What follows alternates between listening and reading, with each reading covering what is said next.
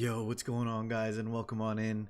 As of recording this, it's currently 5 a.m. I just watched the live stream, and I kind of want to just make a quick video going over just some brief thoughts on all the stuff included, not just Flan, because they actually added some kind of exciting, some interesting stuff that's coming out alongside the Flan patch. So let's go ahead and just talk about it briefly. All right, we'll go over my quick thoughts on pretty much everything included in the patch notes.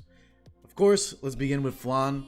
Guys, she is an Ice Ranger. She just got revealed. The animations look amazing. We all kind of knew that. I feel like if you saw Flan and you liked her, you're still probably going to pull her. The animations are good enough. So if you're worried about how she looks, the lobby animation looks good. The running animation looks slightly weird to me, but everything else, the S3, beautiful. So she is an Ice Ranger, not limited, guys. You know, a lot of people were expecting her not to be since we had so many, but it's nice to know for sure that she is not limited, so no worries, no extra pressure on if you have to pull her or not. Her imprint concentration is effectiveness, so that kind of tells you what kind of unit she's probably going to be. She's definitely a support style ranger, and just my quick thoughts, I think she is going to be mostly for cleave. It's pretty apparent. So let's talk about her skills. Start with skill, this is skill 3, advantageous deal. Skill enhance, you get -1 turn cooldown. It's 6 turns, 5 after the mola, which is really a lot. And you're pretty much gonna use this once, and if it ever comes up again, you've already won, or it wouldn't matter, because 5 turns is just crazy in a cleave.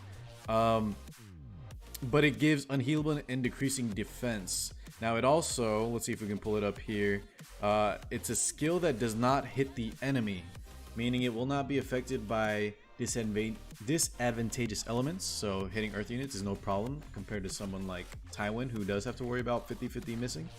And it's still going to be affected though by 15%, the 15% whatchamacallit, just natural resist, the 15% ER.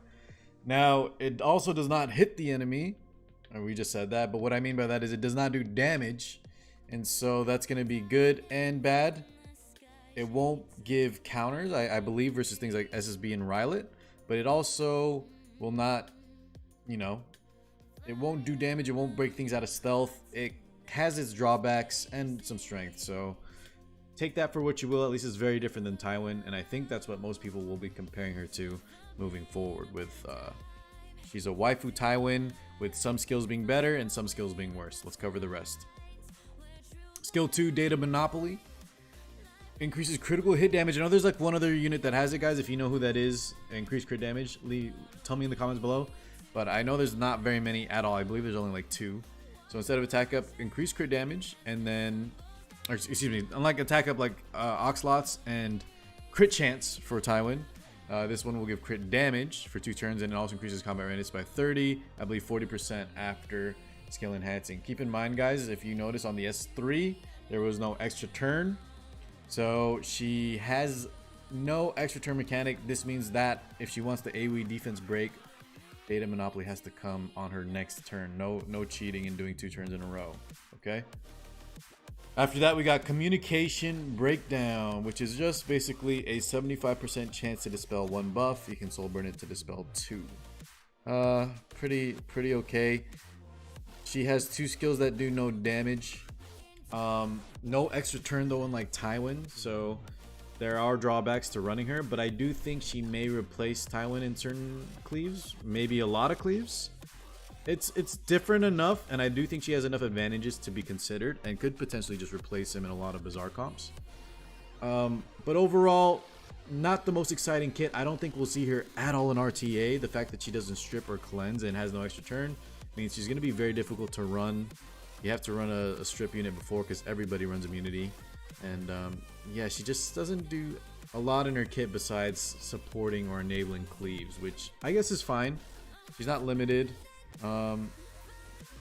Yeah, kind of, in my opinion, guys, look, she looks amazing, but a little bit of an underwhelming kit, and definitely not a must pull at all. She's not limited. Definitely not a must pull. And her artifact isn't either, TLDR, but let's talk about it real fast. Unseen Observer.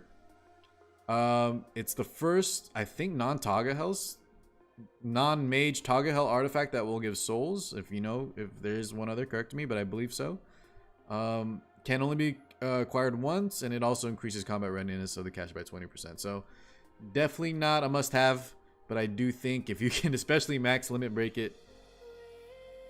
Oh no, you always get 10 souls. Scratch that. It's extra 10% is nothing to scoff at, but yeah, I thought that might increase to 20 souls. No, it's 10 souls total. It's the first artifact that you can use to get souls on a non-mage, so could have a ton of potential and is another incentive to bring her over someone like Tywin, for example. All right, so that's it for Flan and her artifact.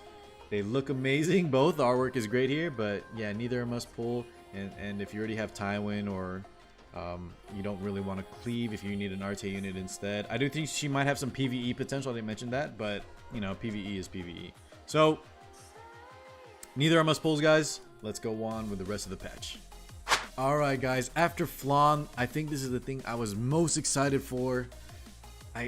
It's gonna be a ton of content, a ton of stuff you can do to just work towards. There's gonna be a lot of guides being made over how to do some of these. I think this is one of the best like updates they've ever released, and I know it's gonna go under the radar a little bit because it's not flashy, it's not like a new mode or anything, but it gives so many, it has a lot of potential in terms of playability and the rewards. I haven't even talked about the rewards, but we'll sit tight, we'll get to those in just a second. So unlock condition rank 65, this is for the new rep section Dagger Sakaar.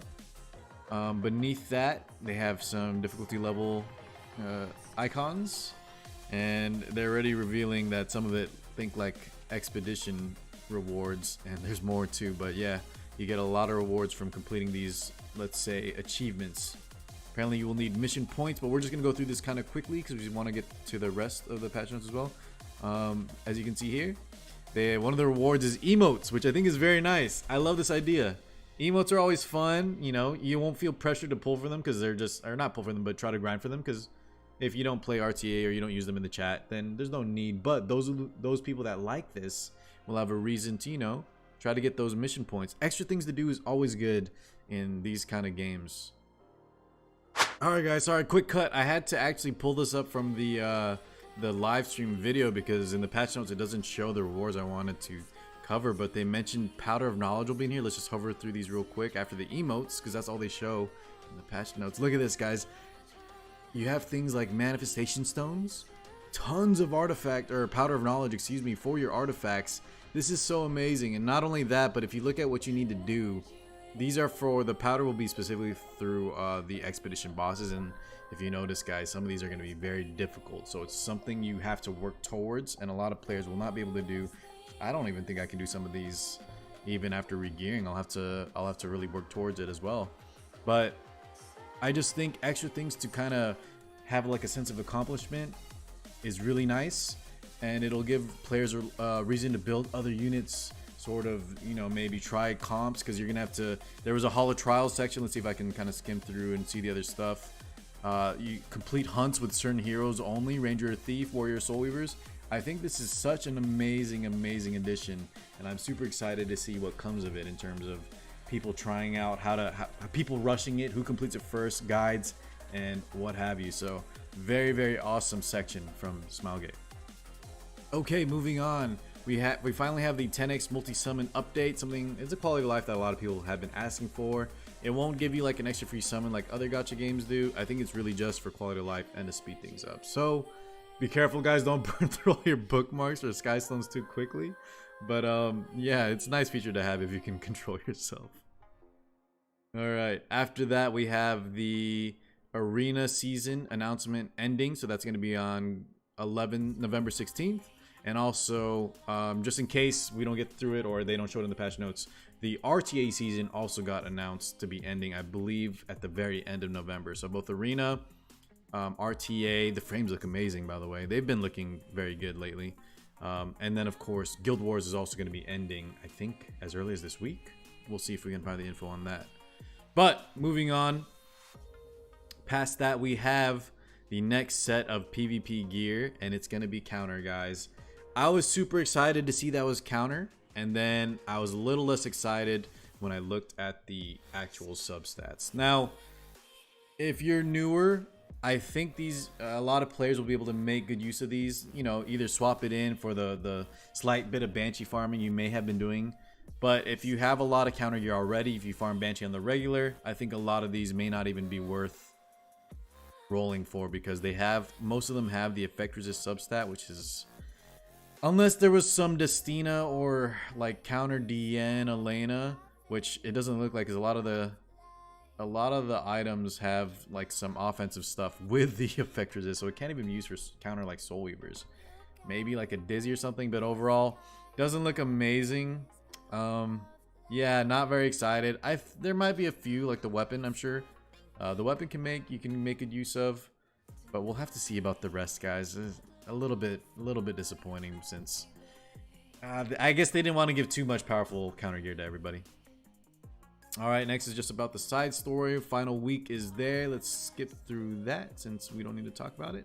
All right, let's go over the summons. So this way, instead of doing another video on like what to summon for, let's just talk about it here real briefly. We have Pavel, guys, instead of Alencia. I've been wanting you guys to have access to Alencia for a long time now, but I'm pretty sure Pavel came after Alencia, so it's really weird that they're skipping her. I'm not sure why they refuse. I don't know if they're waiting to bring her along with a good banner to, you know, maybe try and get rid of some resources from the player base. But Pavel will be up. Pavel and Dux Noctis, neither are must pull. And it's really just if you like Pavel a lot, if you need someone to do... He can work as a cleaver and even high levels of play, but you have to dedicate yourself to him because he's not overall amazing. But in terms of what he does, especially for units like SSB, look into that. If you like Pavel a lot, you can make use of him. Not a must pull though. After that, Vildred is much closer to must pull, but also I don't think is at that level anymore. However, if you need RB imprints, or if you just need Vildred imprints too, because he has speed imprints. So if cleave setups come in full force again, especially with maybe some other weird comps like with Flan, then maybe you will want to pull for this Vildred banner. The artifact is interesting. We'll cover it real fast. When you're using a skill that targets all enemies only, so only AoE thieves, you increase the combat readiness of the caster, or excuse me, of all allies except for the caster by 10%, and you have to defeat, it says when defeating an enemy, yeah, so only when an enemy dies. So you have to have an AoE, an enemy has to die, and then you increase everybody by 10%. Overall, seems okay. I bet you it'll have some maybe mechanics for like it might be good for things like A13. The defense pen is nice, but it's only going to be for skills that target all enemies. So think like even like RB and Kayron, it'll only work on one of their skills, and then for RB's S1 it won't work, and then for Kayron's S3, Elia's knife might still be a better option. But overall, kind of cool. But another artifact to dilute the pool, so we'll see. Not a must-have in my opinion for now, but Vildred with this might make it worth summoning for, especially if you don't need Lanny. So Japanese media pack improvements, and I think that about covers most of the stuff we need to know about, right? Yeah, there's a lot of quality of life stuff, guys, especially things like equipment levels being shown. Friendship can now be adjusted. I don't know if that's there. And don't forget, Guild War season is ending, I believe, this week, end of this week, and then Arena season on the 13th. And RTA season at the end of the month. I'll see if I can find and maybe post up the official dates. But yeah, I think we'll stop there, guys, so the video doesn't go too long. Just my brief thoughts on everything. Let me know if you kind of like these in the comments below, and your thoughts on all of it. What do you think of Flan? Unfortunately, not the best in my book, but I will be pulling for her because she looks really cool. And sometimes you just pull for units you like, right? All right, guys, take it easy. Much love. Thank you so much for watching, and I will catch y'all in the next one, all right? Peace out, guys.